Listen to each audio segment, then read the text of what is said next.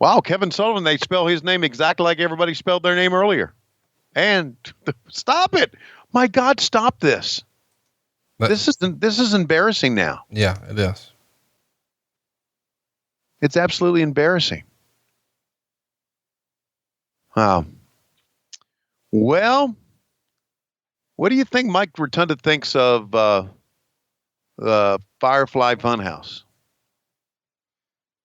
I think he likes it. Yeah. What do you think of it? I love the Muscle Man dance. Do you really? I mean, here's the thing. It's different. You know, I think everybody, I don't think you can have it both ways. You can't say, God damn, I'm so tired of the same old shit. I wish they'd try something new.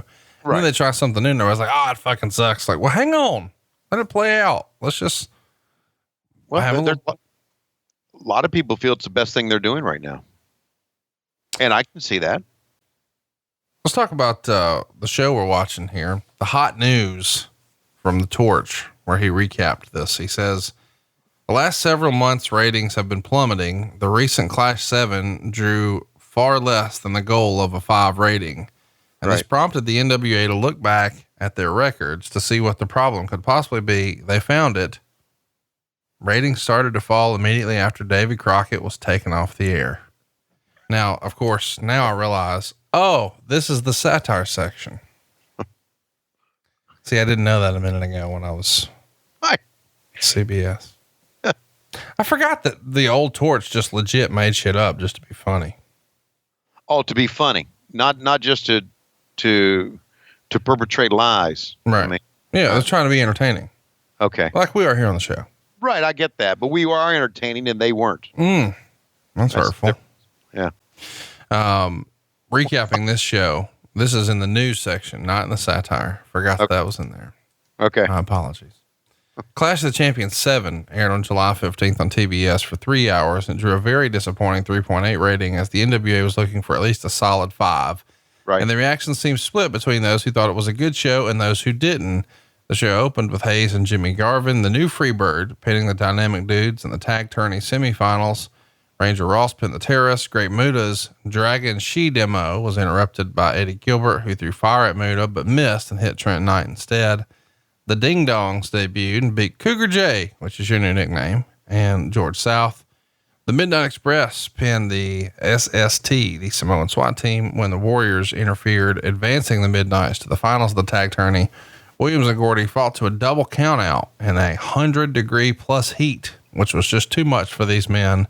And Gordy left the ring after injuring his knee. He wrote that it was good while it lasted. Norman beat Mike Justice, Kevin Sullivan, and Mike Rotundo. Well, we're watching that one now. Right. So we won't give another spoiler there. We'll let it just hang out. But the NWA booking committee is, they're looking for a savior, and Bill Watts is supposed to be the top candidate. And Keller would say the biggest thing beneficial about Watts is that the booking would also be his job. He wouldn't wrestle or produce or announce like the current committee. It would just be his deal. Tommy Rich is supposed to be coming in as a babyface, and it's probably not meant as long-term. Quote, because we all know what an awesome heel Rich can be. He can either align with the First Family or else Paulie Dangerously again.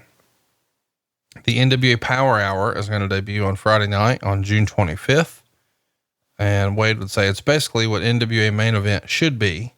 I thought it was a tremendous show. When Gordon's WNN, the biggest surprise. Soli has a segment on the Power Hour presented as separate from the NWA, but leaning on it heavily. He covers World Class, Florida, and even Hulk Hogan's No Holds Barred. What do you think about them on their own show, sort of acknowledging other promotions? I thought it was wrong. I've always thought that is wrong. I mean, we acknowledge other podcasts on this podcast. Yeah, but we're not a wrestling promotion yet. Oh, listen to that.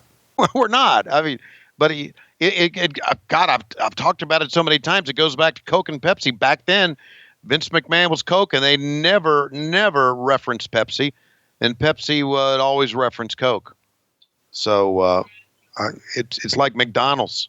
McDonald's never talked about Burger King, but Burger King used to always talk about, we don't fry our hamburgers like McDonald's. So I thought that was wrong, and we laughed at it. We laughed at everything back then. What the fuck's Kevin doing here? Okay, got it. Stand up, collar and elbow tie up.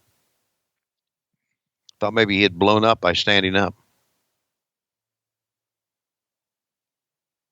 The fans, this Steiner, just a tremendous Steiner line as we were talking right there about Wade Keller, and no one really reacted to it. Right.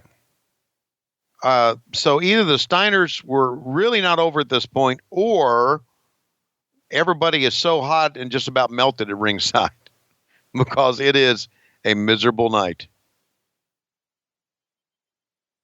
Did you see that Kenta returned to New Japan over the weekend?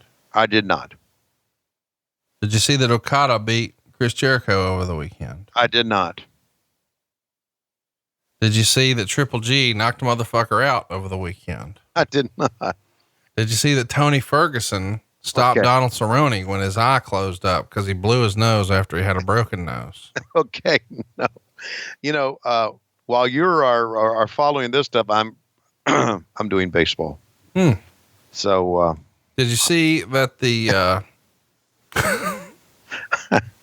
I guess by the time this airs, we'll know what happened with the Raptors and the Warriors, but yeah, no, the Raptors were up 3-1 when we taped this. And I assume you didn't see that.